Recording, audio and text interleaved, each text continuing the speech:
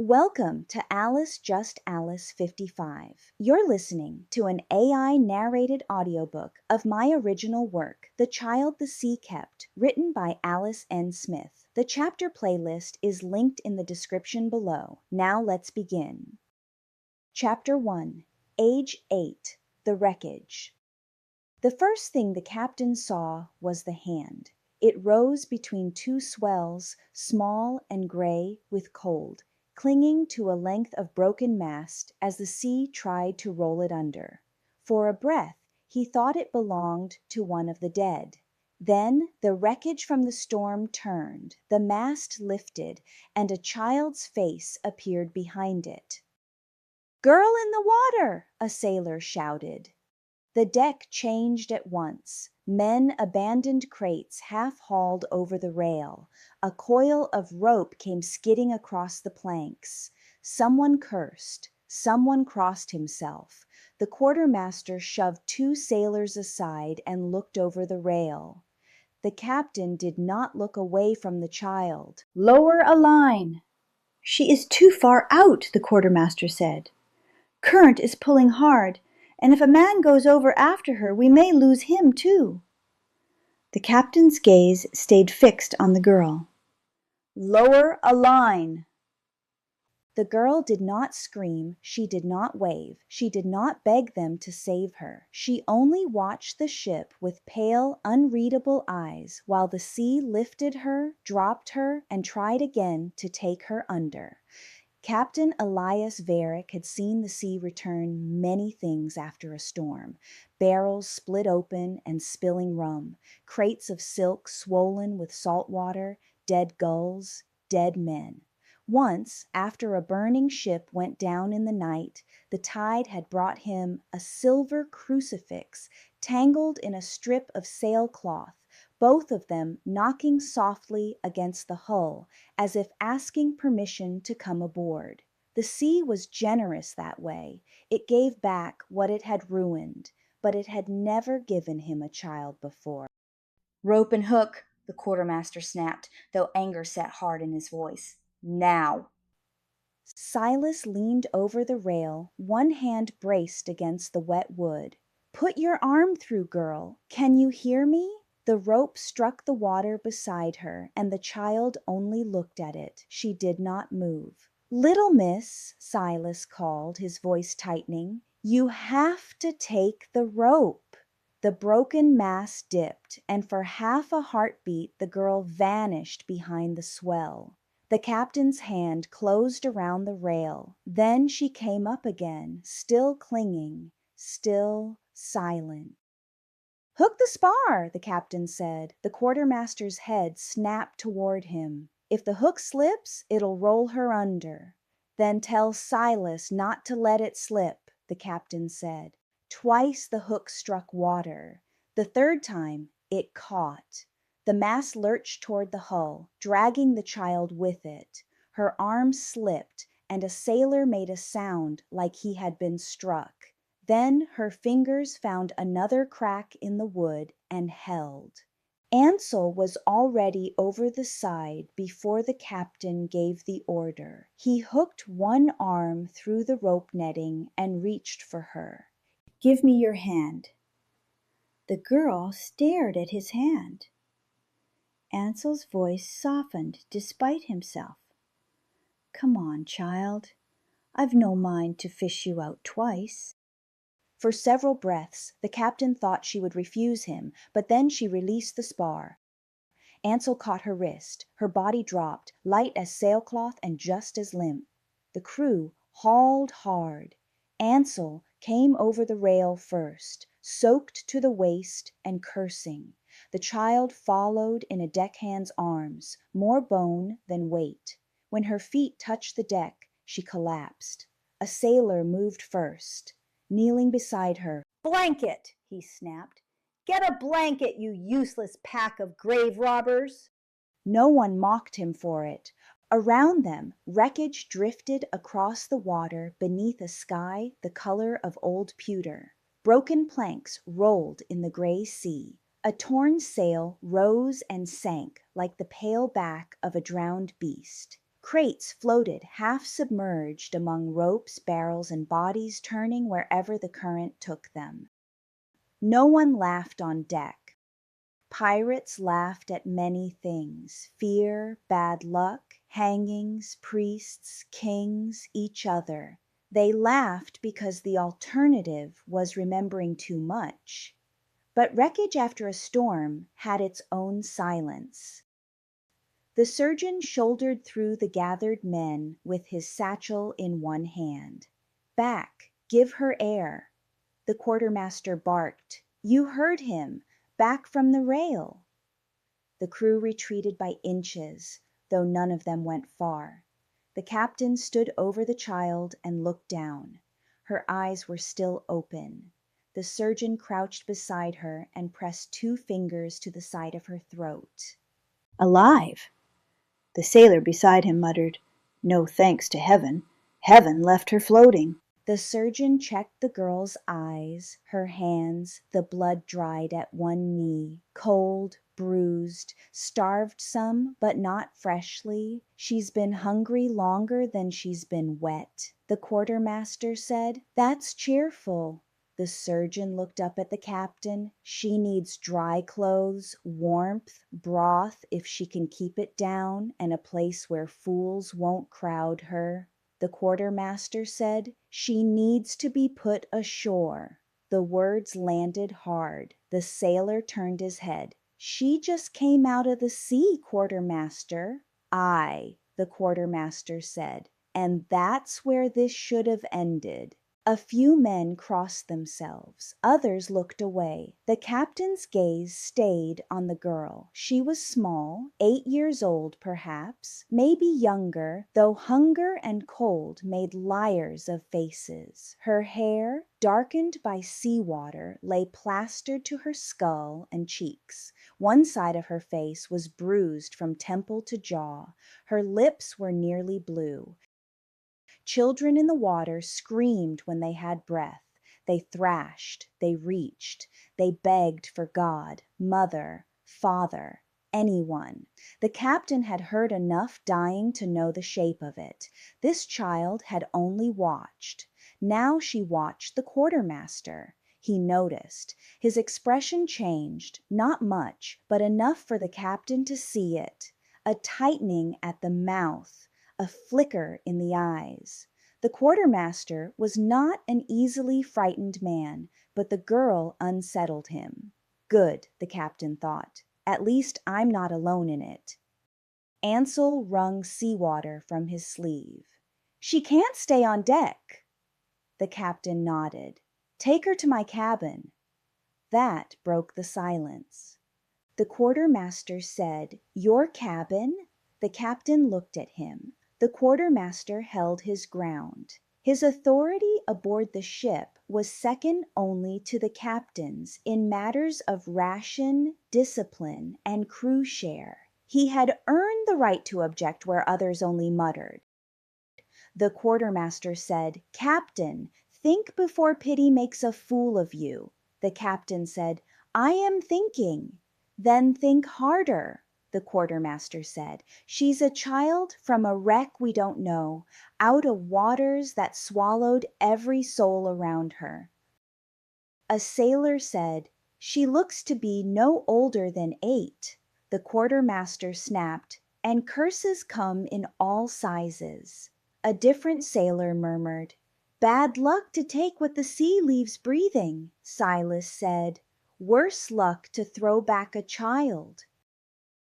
The captain raised one hand and the murmuring stopped. He crouched beside the girl and asked, "What is your name?" The girl said nothing. Her lips did not even part. The captain waited. He tried again. "Can you speak?" The girl watched him. The captain said, "You are aboard my ship. I am Captain Elias Varick. No one will harm you unless you give me cause." Ansel's brows lifted slightly at that. It was not the reassurance most men would offer a child, but the captain had found that promises meant more when they had edges. The girl blinked once. It was the first answer she had given. The captain rose. Broth from the galley, see to her hurts. Ansel, find dry cloth from the stores. The quartermaster said, Captain. The captain cut him off. My cabin. For one breath no one moved. It was not refusal, not quite. But aboard a ship, a breath of hesitation could grow teeth if a captain let it. The captain looked from one face to the next. Did I give an unclear order? The nearest deckhand bent at once and lifted the child. She did not resist. She did not cling to him either. Her head turned as he carried her, her gaze moving over the deck, the mast, the rigging, the guns, and the faces of the men watching her pass. It was the look of someone memorizing exits. The captain saw it and felt something inside him shift, though he could not have named it then. Pity was simple. This was not pity. The sea should have taken her. It had not. That seemed worth answering. By evening, the wreckage had thinned behind them, and the ship had resumed her course under a cautious spread of canvas. The storm had left the sea restless, the wind fitful, and the crew sour with unease. The child slept in the captain's cabin for less than an hour, and the surgeon reported this with visible irritation. She should be insensible, the surgeon said. Instead, she woke the moment I touched the bandage at her knee and stared at me as if I'd stolen from her. The captain asked, Had you? The surgeon gave him a dry look. Will she live? The captain asked. If she eats, sleeps, and doesn't decide to haunt us out of spite, the surgeon said. Yes. The captain looked toward the stern windows of his cabin. Has she spoken? No, the surgeon said, but she hears everything. I noticed, the captain said. The surgeon lowered his voice. There are old marks on her, wrists, shoulder, not from the wreck. The captain did not answer. The surgeon studied him for a moment, then left him alone with that knowledge. Around them the crew worked on, but their eyes kept turning toward the captain's cabin. Pirates trusted omens nearly as much as wind, and a silent child pulled from a graveyard of wreckage felt like one. Before full dark, the quartermaster came to him again. She cannot remain, the quartermaster said. The captain stood at the rail and watched the sea darken. So you've said. Then hear it once more from a man who has never lied to flatter you. The crew fears her. The crew fears an 8-year-old girl? The captain asked. The crew fears that the sea made a choice. The ship creaked beneath them. For a while, neither man spoke. The quartermaster said, There will be a church at the next port. There will be brothels, too, the captain said. Shall we list all the places that take coin and fail children? The quartermaster's face hardened. Anywhere is better than here. This is a pirate ship. Yes, the captain said. I had noticed. And what will you do with a child aboard? Teach her knots between raids? Let her grow up listening to men curse, gamble, bleed, and boast? This is no place for innocence. At that, the captain did turn. Innocence, the captain said, was not what we pulled from the water. The quartermaster fell silent. The captain looked back toward his cabin. Whatever she was before, the storm took it, or men did, or both, but she held to that spar after grown sailors let go. She watched us come and did not waste breath begging. She has heard us call her curse, burden, omen, and trouble, and still she has not cried. That does not make her safe, the quartermaster said. No, the captain said, it makes her alive. The quartermaster searched his face. That is all you have to say? No, the captain said. I also say she stays until I decide otherwise. Whatever the quartermaster saw there told him the argument was finished. As you command, the quartermaster said. There was no warmth in it. Later, the captain found the child awake in his cabin. She sat on the narrow berth with a blanket around her shoulders, dressed in a shirt too large for her and trousers rolled at the ankles. Her hair had dried in tangled waves around her face. A bowl of broth waited untouched on the table beside a soft piece of bread. The girl watched the captain enter. He shut the door, but before she looked at the food, her eyes moved to the latch, the pistol near the inkstand, the narrow stern windows, and then to his hands. The captain saw the order of it: door, weapon, escape, man. Only after she had counted them did her gaze drop to the bowl. He set the broth on the floor between them and stepped back. Eat, he said. No one will take it from you. Only then did she move. She slid from the berth, lifted the bowl with both hands, and drank carefully, as if spilling would cost her. When it was empty, she set it down and left the bread untouched until the captain said, "Take it. It is yours. Keep it if you like." Her fingers closed around it. For the first time, something eased around her eyes, too small and quick to name. The captain looked away first. The girl studied the room again, not with wonder, but with calculation. "I need something to call you," the captain said. "Your name would be best." She gave him nothing. The captain tapped one finger against the inventory. "When I was a boy, there was a woman in the village where I was born. Her name was Eva. She was old enough to frighten death by looking at it. No one loved her. Everyone needed her." The girl listened without moving, while rain ticked softly against the stern windows. "I do not know why I am telling you that," the captain said. Then, after a moment, he added, "Unless you give me another name, I will call you Eva." For several seconds she was perfectly still. Then, very slowly, she blinked once. The captain accepted it as agreement because he wanted to, or perhaps because he knew command often depended on choosing a meaning and making others live by it. "Eva, then," the captain said. The name settled into the room. It did not soften her or explain her, but it gave the silence somewhere to stand. The ship groaned around them, easing into night.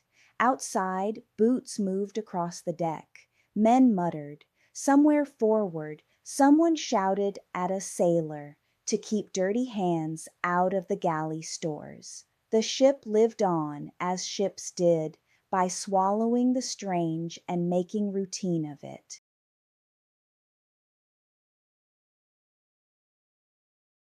The captain rose and took a spare blanket from his sea chest.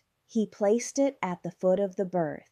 The captain said, "You sleep there. I'll take the chair." Eva looked at the bed, then at him. "It is not kindness," the captain said. "You are too small for the chair." The faintest line appeared between her brows, either confusion or the beginning of judgment, and the captain nearly smiled. He crossed to the lantern and lowered the flame until the cabin dimmed. When he turned back, Eva had climbed onto the berth. She sat with her knees drawn up beneath the blanket. The captain said, "You can sleep." She did not. He settled into the chair, sword within reach, out of habit rather than concern. For a long while, neither of them moved. Near midnight, he spoke into the dark. The captain said, "The sea gives nothing without taking something first. Remember that." He did not know whether the words were warning, comfort, or confession. From the berth, Ava's voice came so softly he almost mistook it for the ship. Ava said, "She took everything." The captain went still. The darkness between them seemed suddenly vast. He turned his head. "You can speak." Ava said nothing more. The captain waited, but her silence had closed again. Whatever door had opened inside her had done so only for those 3 words, and only because they were heavier than she could keep behind her teeth. The captain looked toward the black windows. His own reflection stared faintly back, older than it had been that morning. At last the captain said, "Not everything." Eva did not answer, but in the dark, with the rain tapping like fingers on glass, the captain understood with a certainty that settled deeper than reason that the sea had not spared the child by accident. It had kept her, and now, fool or not, so would he. By morning, the crew had worked itself into a silence the captain trusted less than shouting. Men stopped speaking when he crossed the deck. Eyes slid toward his cabin and away again. Even the usual complaints about breakfast, weather, and poor wages had thinned into something watchful. The child had a captain's name, and the child was staying. No vote had been called. The captain simply brought her onto the deck after sunrise, wrapped in a dry coat that nearly swallowed her, and stood her beside him where all could see. The quartermaster watched from the quarterdeck with his arms crossed. Ansel stood near the helm.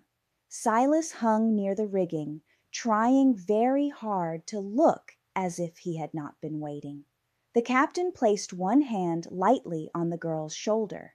"This is Eva," the captain said to the crew. "She eats under our ration, sleeps under our boards, and answers to me." A murmur moved through the men. The captain's voice cut through it. "Anyone with objections may bring them to me privately, where I can explain the matter with patience." No one mistook his meaning. Silas said too loudly, "Aye, Captain." Eva did not shrink. She did not cry. She did not ask to leave. She only stood beneath the black flag, small and pale and silent, while pirates learned the name the captain had given her. The captain looked down at her. "Eva," the captain said. The girl looked up at him. For one breath, the deck, the crew, the sea, and the long shadow of the storm seemed to wait. Then Eva blinked once. The captain took his hand from her shoulder and faced the horizon.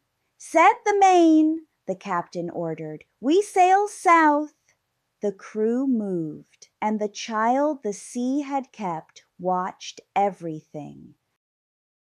Thank you for listening to Chapter 1 of The Child the Sea Kept. If you'd like to continue the story, the chapter playlist is linked in the description below. I'll see you in the next chapter.